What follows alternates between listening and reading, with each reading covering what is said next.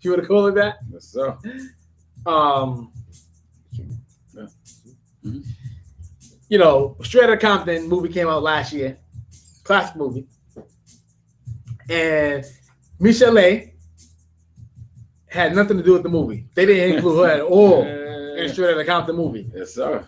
So about a year later, she comes out with a Lifetime biopic about her side of the story, about what happened back in those days, the NWAs, Ruthless, Jerry Heller, all that, Dre, Eazy-E, Suge Knight, about what happened, her side. Let me make this clear. I hate that. I hate that analogy, that saying that there's two sides to every story. I hate it. I'm gonna tell you why I hate it. What's that? Because can you replay life? No, you can't. Can two things happen at one time? No. Okay. This is why I don't like the two sides of every story. Only one event happens. Yes, sir. One event happens. Two events don't happen. Yes, so how can it be two sides? Only one thing can happen. I hate that there's two sides to every story. It's perspective. It don't make you see it one way and I see it another way. But there's only one way. It's only one way. But the way you see it might be different. But you're right. There's a whole lot of stupid terms. You know what I mean? Right. And this is definitely one of the things like there's two sides to every story. Dre and them got their side of what happened, and Michel'le got her side of what happened. Yeah. But in actuality, only one thing happened during that time period. Right. There was only one chain of events that led to every chain of events that happened. Yes, sir. Dre didn't do one thing. Michel'le didn't do one thing. Yeah. One thing happened. Yes, sir. And the big thing was that Dr. Dre was portrayed as an abusive man. Yes, sir. And he denied it for years, and then finally came out with an apology last year. Yeah. That he apologized for the woman that he abused back in the day or whatever. Exactly. In his lifetime. So obviously there's some validity and truth to what happened. Yes, sir. Now, do people embellish a little bit?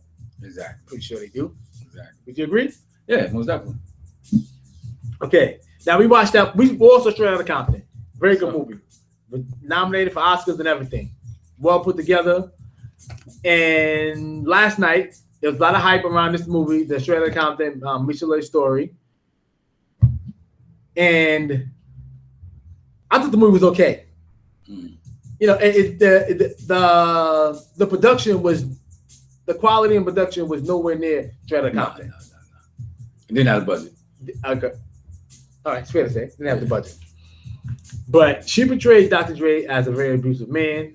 Suge Knight was portrayed as a teddy bear, pretty much, in the beginning, to the end. That lady went through a lot. Yeah, she did. She did. You know, mentally, physically, you know, emotionally, she went through a lot. Spiritually, everything. You know, watching that movie last night, what did you take away from that movie last night, B? I'm gonna tell you what she wanted us to take away from it. Okay. She wanted us to take away from it that she was, you know, just a victim, and she just the type that fall in love with the wrong men, and these men take advantage of her, and she loved so hard that even with they, you know, even with their faults, she still loved them, but she pushed through and got what she is. Okay. It's a good story. Yeah, good story. Good story. So, you know, I say a lot we didn't know. Exactly. Facts. I say facts. You know, like I said, once again, you know, if she was telling the truth, then she's definitely a strong person for going through all of that. And I will let you know this, man. I see why Dr. Dre didn't want that to come out. Because, you know, they portrayed Dre as if he was Suge. He was a monster. Yeah, that's what I'm saying. He came into the bedroom after spending the night out drinking, and just started beating her. Like, I don't respect that. That was the first time, right? Yeah, I don't respect that at all. And you know what? And I was thinking earlier, you know, you coming from, you know, with your drinking days. Yeah. You know what I mean? Was there ever a time that you first need to hit a woman? No. That's what I'm saying. That shit is weak. You know what I mean? I don't respect that shit. And you know, watching that movie last night, I lost a lot of respect for Dr. Dre. Apology or not, I lost a lot of respect for that dude, man. The way he was moving. Exactly. That was some straight bitch punk shit you was pulling on the females, man. Exactly. And you see what he did. I'm not saying if it's true, you know, because I don't know. It's true. He apologized for it. I'm saying, I'm sure he hit her, but I'm saying if it happened the way it went down, like she's saying. Man, once is enough. No, I'm saying, yeah, of course. But I'm saying, like, you know, if he was beating her like that, you know, it shows how weak he is as a person because he couldn't get off his contract with Easy. Right. You know, he ran around scared from Suge. Right. You understand what I'm saying? But you would hit a woman. Mm-hmm. Stand up to a man. Mm-hmm. You understand what I'm saying? Mm-hmm. But like I said, man, you know, they say there's 3 sides to the story. You know, my side, your side, and then the truth. You know? So, hey, you know, I don't like to give other people props, but DJ Vlad, he threw up a couple interviews. Right. You know, I'll let y'all see that. Right. One of them was with Daz. Mm-hmm. Daz was saying that she's a bitch. You know what I mean? She's lying. She's a bitch. She's a liar. Then Danny Boy, who was also signed with Death Row, he called it the devil. He was like, I don't know if God is a man or a female, but he know the devil is a woman. And he was talking about her. You understand what I'm saying? Mm-hmm. So you got to look at what she's saying. You got to look at what Dre say. And then you got to look at what outside people say. So I say the truth is probably somewhere in between what happened, you know? And I'm sure she went through a lot because it's knowing that Dr. Dre, you know, has hit women in the past. Mm-hmm. And he apologized for it, you know? So, you know, that's his fault. That's his issue. You know, he needs to get some help for that. You know, hopefully he's still not going around abusing women. Right.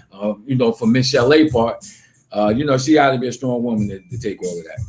Because she was getting abused, man. Yeah. All of the abuse and drugs. Mm-hmm. She said she was mixing Ambien with alcohol, with antidepressant pills. You know, I can imagine how she was drinking. You know, but we also get a little sense of she was trying to set the record straight and show how she could fall in love with 2 separate guys and have babies by 2 separate homies. You know what I mean? That's like a chick having a baby with me, then having a baby with mine. Yeah. How would she look? Right.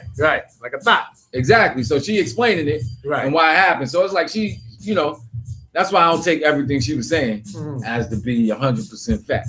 Okay. You know, of course, she's gonna make it seem like that. She was trying to sugarcoat it. Exactly, sugarcoat it. Then she didn't take responsibilities for the parts that she played in it. You think she slept with Tupac? I don't know. I wasn't there, but they hinted at it. They hinted at it, right? Yeah, they did, right? They hinted at it. Look, see, my thing is, you know, I followed Death Row and them back in the day. We was young. Yeah. Like, you know, we were into rap at the time. We were teenagers. But I really don't remember Michel'le like that. I remember the song she had. I didn't know she was messing with Drake. I didn't know that. I didn't know she was messing with Suge. Yeah. You know what I'm saying? I didn't know none of this stuff. We was just in the music. Right, we was just in the music. Not in their personal life. Right. So, but it wasn't the media. You know, it wasn't the social media. Right. Back then. That's true. So I don't really remember that. I do remember the song she had. Something in my heart. Something in my heart. I do remember that. But you know, speaking voice too. Huh? Yeah, exactly. Voice. Yeah. See, I don't really remember that. Yeah, I remember that. I remember that. Yeah. Well, you're older than us, so of course, you know. Yeah, she sound like a chipmunk. But one thing we can't take away from her is her talent. That woman could sing her ass off, boy. Michel'le could sing. I don't care what you say about us. When it all boils down to it, that woman got some talent, man. All right, let me ask you, mine. You're older than us by a few years. You remember all this that went down? Did you pay attention to it? No, but like even now, you know, because we're doing the show, I discuss it. But more or less, I really don't like if LeBron is at the club. I'm not going to the club because LeBron is there. Yeah, exactly. I don't care what you do at home. Ain't no groupie. I just want to see you dunk. So, like celebrities, you never really know them. Right. So I try. I only reason, like I said, only reason I pay attention because we talking on the radio about it. Yeah. Other than that, their personal life be nothing. I respect that. But I mean, you know, like I said, I guess we don't know what goes on in their personal lives or what they do or how they move and get down. Like I had no idea Dr. Dre was abusive like that. Exactly. But never thought. You know, he seemed like a guy that's always smiling. You know, seemed like he seemed like a chump to me. I know. He smacked that girl from that video show, Pump It Up. D. Barnes. Right. Yeah, exactly. They mentioned that. I remember that. They mentioned that on the after show. Yeah. You know, that girl D. Barnes. You know, well, so we knew that from the Guilty Conscience. Yeah. So with Dr. Dre and Eminem. Remember when Eminem trying to about to commit crimes and Dr. Dre, Mr. AK, yeah, Mr. AK coming straight to the Compton, y'all better make way. How the fuck you gonna tell this man not to be violent? And Dre was like, you know, he don't need to go the same route that I went, you know. So he was like, what did he say? How that line go? what he said about D-Ball? Yeah. I don't remember. He's like, temper, Mr. Dre, Mr. NWA, Mr. AK coming straight out of Compton. Y'all better make way. I remember that. But he was like, you smacked D Barnes. He said, I said, you know not gonna say path I was on. He said you wasn't saying that when you smacked D Barnes. Yeah. He's like, what you say? I'm gonna get you, mother. He's like, temper. Yeah, I remember that. That's a classic. So yeah, exactly. Definitely a classic song. The movie, it was kind of like different because we peeped how I think in Straight Outta Compton, Jerry Heller was close with Easy. Exactly. You know, and in the movie last night about the Michel'le movie, it seemed that Jerry Heller was close with all of them. Yeah, especially Michel'le. It's like he got sliced to the pot. Exactly. You know. You know what other part was on the low that I don't think people picked up on? Remember Dre called up Heller talking about where my checks? Right. And they was like, yo, then he was like, I don't even see a mailbox. Yeah. So he went in the mailbox and basically he had mad checks. So basically what they're saying is that Dre lying on the low because they saying that he got paid. Right. But in Straight Outta Compton, it was making it seem like the only person that was getting paid was Eazy-E. That's true. So, I don't know where the truth. You know? Listen, man. I guess, listen, man. It's definitely two different angles. Exactly. Two different movies with two different angles and everything. There's a bathroom. Where? Exactly. Out in the hallway. You know what I'm saying? It's definitely two different movies with two different angles. And like we said, Straight Outta Compton was way better movie. I don't know if it's because it was a motion picture. Yeah, it was better, more production. More stuff went into it. Dre and Cube had more to do with that. Right. So they basically that was their side of the story. Right. But I can't say this. This was on Lifetime. Shows. Lifetime. They always show abusive stories with managers. Yeah, just the dog. They made what's the name look like he was Suge, man. He looked like Freddy Krueger or somebody. Wow. Dre. Yeah, on the Compton. They make it seem like he a Compton goon. Every time he had the chain on, I like, damn, who this? They had Dre like he was a straight goon, a straight villain. That's the way they depicted him last night in that movie. But my thing is, they were fired for when they did that movie. The first one, because how could you not include Michel'le? If she was on the forefront and saw everything, how would she did not have one scene in Straight Outta Compton? Right. Yeah. They just wrote out of history. They wrote out exactly. So I can see why she came out with the biopic, because she probably wouldn't have came out with the biopic. She had no business. But they gonna write me out. I'm gonna write them in. Especially Dre, right? And it's crazy. Yeah, we saw like one time when you hit it in front of everybody, and you was like, "Yo, why nobody doing nothing?" Exactly. You know what I'm saying? Right. And it seemed like Dre was personally. It seemed like he was trying to chump Easy. And we know that's a lie. We know that's a lie. Easy was the goon out of them.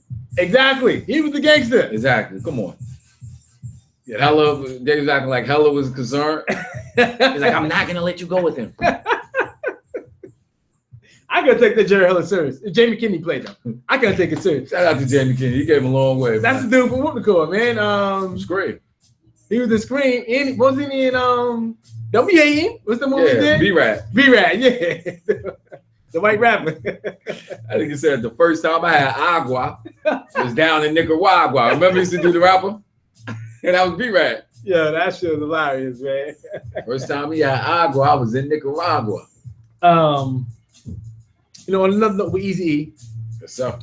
This is news. Eazy-E's daughter is raising money to fund a documentary investigating his death. E.B. Wright, that's his daughter's name. E.B. Wright launched his Kickstarter campaign to back a documentary, A Ruthless Scandal, No More Lies. Eazy-E's daughter is seeking backing. Eazy-E's daughter is seeking backing to find a documentary investigating her father's 1995 death from AIDS-related complications. She's seeking $250,000 on Kickstarter to cover a course for A Ruthless Scandal, No Lies, a documentary that's used to uncover shocking facts and recollections from key people who were connected to the story about Eazy-E's demise. The stories that we're telling are mainly about the scandals surrounding my father's death, E.B. told Rolling Stone, but we also wanted to show his accomplishments, his personal life, and really the aftermath of his demise and what happened to us. We never felt the story that was told to the public was the truth. It was something that's always pained us. You know, Eazy-E's son has gone on record accusing Suge Knight of murdering his father. In 2003, Suge Knight gave an interview on Jimmy Kimmel Live in which he may or may not implicate himself in Eazy-E's death. See, technology is so high, right? So if you shoot somebody, you're going to go to jail forever, he said. So they got stuff where they get blood from somebody with AIDS and they shoot you with it. So that's how it's slow death. So that's a slow death that Eazy-E, that's the Eazy-E thing. That's what Suge Knight said on the Jimmy Kimmel show.